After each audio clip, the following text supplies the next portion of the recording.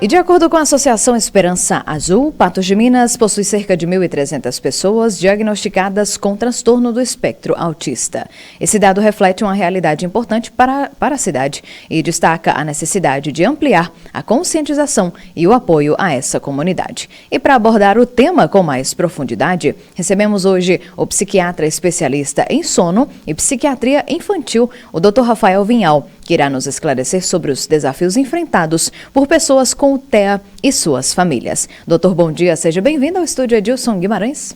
Bom dia, Sabrina, bom dia, Patos. Bom, então vamos começar, doutor Rafael. O que seria o transtorno do espectro autista? O transtorno do espectro autista, ele é um transtorno que ele deve se iniciar na infância e obrigatoriamente a pessoa precisa ter dificuldades tanto na interação social quanto na comunicação social. Então a pessoa muitas vezes mais tímida, introvertida, com dificuldade às vezes no contato visual ou muitas dificuldades em fazer amigos, ou, por exemplo, ela elege uma pessoa para se comunicar ali naquele ambiente escolar. Quando vai nas festinhas, nos encontros sociais, muitas vezes desintegrada das brincadeiras, aceitando brincar só à sua própria maneira e com dificuldade em aprofundar assuntos, às vezes literal, não compreende o duplo sentido, piadas, ironia, sarcasmo, ou muito franco, direto, sincero, chega a envergonhar as pessoas ou magoar as pessoas com as palavras. E associado a essa dificuldade de interagir e se comunicar, um apego excessivo à rotina, sempre gosta de tudo na mesma ordem, nos mesmos padrões, uma pessoa mais inflexível, mais rígida mentalmente, com movimentos repetitivos que podem ser, por exemplo, tanto tiques vocais ou tiques motores, como andar de um lado para o outro da casa em linha reta ou em círculos, um flapping, que seria este movimento repetitivo de mãos, um balanceio de tronco, alterações sensoriais relacionadas ao tato, olfato, paladar, audição, que pode estar tanto hiperaguçado ou não, e questões também de interesses restritos, específicos, um hiperfoco em determinados assuntos.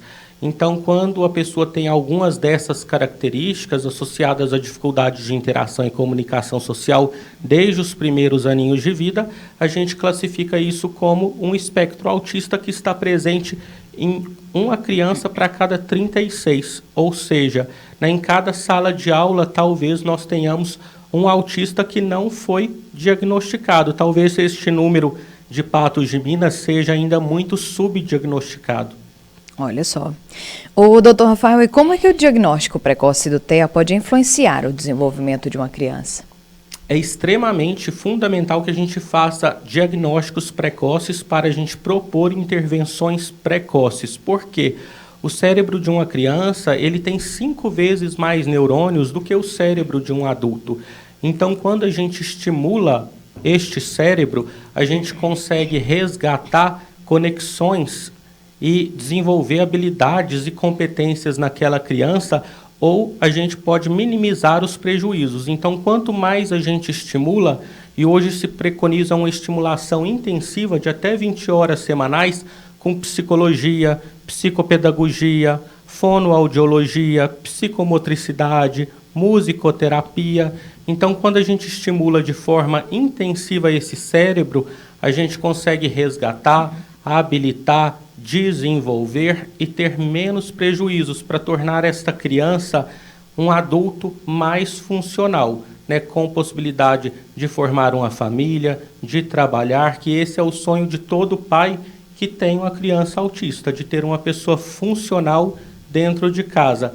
E para aqueles que não têm essa possibilidade de investir nas terapias intensivas, a terapia essencial e oportuna, que é realizada pelos pais, ela também é muito efetiva, né? Os pais são os protagonistas no tratamento da criança, são eles quem vão ensinar a falar, ensinar a autonomia. Então é extremamente importante o engajamento da família, e isso a gente consegue bastante com associações aqui em Patos de Minas, como a APAE, a Esperança Azul, que estão treinando esses familiares e apoiando nessa luta para que essas crianças se reabilitem.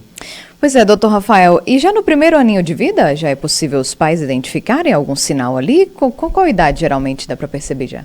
O ideal é que a gente feche o diagnóstico aí nos 2, 3 primeiros anos de vida, para que a gente não haja perda cognitiva ou perda de habilidades. Mas com 1 aninho ali de idade, às vezes, a gente já consegue identificar sinais. A criança, por exemplo, que ela não olha nos olhos, com 2 meses já se olha nos olhos. A criança com atrasos, com hipotonia, um pouco mais mole, que demorou a atingir os marcos do desenvolvimento. Aquela criança, por exemplo, que ela não se interessa por brinquedos, ou que ela, por exemplo, ela não se importa de ficar distante da mãe, fora do colo, né, no berço, isolada. Aquela criança que, às vezes, ainda no primeiro ano de vida, pode ter movimentos repetitivos, como o balanceio de troncos, um flapping, girar em torno do próprio eixo. Então, é bastante importante que a gente identifique qualquer sinal de atraso para que a gente faça uma estimulação precoce. Excelente. Doutor Rafael, principalmente agora que está chegando as festas de final de ano, a gente fala então sobre os fogos de artifício. A gente sabe que muitas das pessoas com TEA têm sensibilidades sensoriais. E os fogos de artifício podem, sim, né, afetá-las. Então, quais as estratégias que as famílias podem adotar para amenizar esse impacto? É muito importante a gente falar essa questão sobre os fogos de artifício, porque no TEA, um dos critérios diagnósticos que podem estar presentes são as alterações sensoriais auditivas. Então, às vezes, chamado parece não ouvir, ou se incomoda muito com barulhos, ou pode procurar por muitos barulhos. E esses barulhos intensos, eles podem causar tanto crises de extravasamento, de explosões, tanto crises também de introversão, de reclusão, e às vezes o paciente com TEA que é exposto a um estímulo auditivo, ele potencializa esse estímulo auditivo e ele se descontrola emocionalmente, leva muito tempo para que ele resgate o seu controle emocional e toda a família se descontrola. Então é importante que a gente evite soltar fogos de artifício com som, que esses fogos, essas buzinas, elas não sejam realizadas em praça pública, em ambientes cheios, e as famílias com TEA podem adotar um protetor auditivo, um abafador de som, como um fone de ouvido mesmo, para proteger o ouvido dessas crianças. Doutor, o senhor também é especialista em sono, né? E os fogos de artifício, eles podem ser um problema não somente para os com transtorno do espectro autista, mas também para o público em geral. Então, como é que isso pode afetar aí diretamente as pessoas? Atrapalha o sono também? Com certeza atrapalha bastante o sono, né? O importante quando você vai dormir é que você tenha um ambiente calmo, tranquilo, sem qualquer estímulo, seja o estímulo visual, estímulo auditivo. Então, por exemplo, estrondos à noite com você dormindo, ela pode te despertar, te deixar hiperalerta e não deixar com que você durma, né? Aquela noite onde você foi exposto a isso, você pode ter uma noite de insônia. E com certeza, quem teve uma noite de insônia, o dia seguinte, né, vai ser um dia de maior estresse, maior irritação, menos produtivo. Sim. Ainda sobre o sono, como é que o sono pode ser afetado nas crianças com autismo, né? Agora fora de fogos de artifício. Quais são os desafios mais comuns relacionados ao sono que o senhor observa aí nos seus pacientes? Então, na questão do autismo, o sono é ainda mais complicado. Às vezes, no primeiro aninho de vida, é uma criança que pouco dorme, mais irritada. E no autismo, nós temos muitas vezes uma deficiência na produção de melatonina, que é o hormônio do sono, que induz o sono, e muitas vezes um aumento na dopamina. Quando nós tomamos café, por exemplo, aumentamos muito a dopamina no cérebro. Então, são cérebros mais estimulados, mais hiperalertas, né, com maior dopamina, menos melatonina, e muitas vezes essas crianças, elas desenvolvem mais associação do sono, associam o sono muitas vezes com um bichinho de pelúcia, um objeto de transição, ou com o colo materno, ou com o seio materno. Então é importante que a gente desenvolva desde os primeiros meses de vida higiene do sono adequada, né? Rotina, que a criança ela seja colocada no berço fora do colo da mãe, né? Primeiro a criança ela mama, depois ela brinca e depois ela dorme. Ela jamais dorme mamando, porque senão cria uma associação do sono com o peito, uma associação do sono com o colo, né, e manter esse bebê, essa criança num ambiente calmo, tranquilo, escuro, sem estímulo e que tenha rotina, mesmo os horários de acordar, de dormir, de fazer as refeições. Então, com várias técnicas de higiene do sono, a gente consegue desenvolver um sono adequado para o paciente autista. Excelente. Doutor Rafael, o transtorno do espectro autista ele pode se manifestar em vários níveis. Quais seriam esses níveis? Antigamente se dizia leve, moderado e grave, né? Hoje essa classificação ela caiu por terra. A gente diz nível 1, nível 2 e nível 3. O nível 1 seria com pouca necessidade de suporte, apoio, o nível 2 com alguma necessidade de suporte e apoio e o nível 3 com muita necessidade de suporte e apoio. Esses níveis, essa classificação ela é dinâmica, ela não é estática. Um paciente ele pode ir do nível 1 para o nível 3, do nível 3 para o nível 2, para o nível 1, a depender da situação. E o que mais vai favorecer essa classificação é a questão de apresentar ou não deficiência intelectual ou uma inteligência adequada, a questão da fala e da comunicação, se tem ou não alteração na fala, se fala ou não, se é averbal ou não, a questão da agressividade. Então, tudo isso vai favorecer a gente a realizar aquela classificação naquele momento. E existe alguma causa pro autismo? É um transtorno que seria hereditário?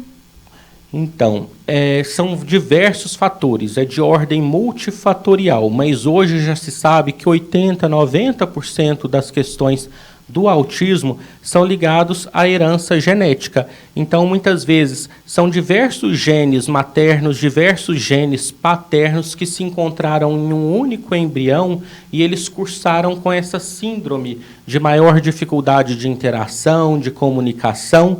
Muitas vezes eu não consigo, às vezes, com exames básicos, localizar qual a ordem genética, mas quando a gente faz exames mais acurados, é possível que a gente encontre.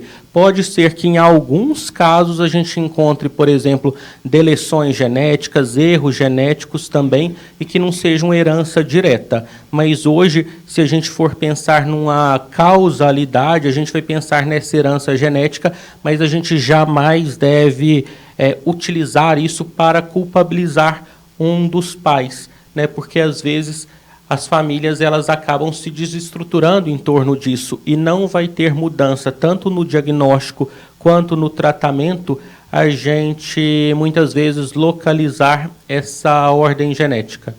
Excelente. Doutor Rafael, já então partindo para o final do nosso bloco, da nossa entrevista, hoje há um diagnóstico maior aí sobre o autismo?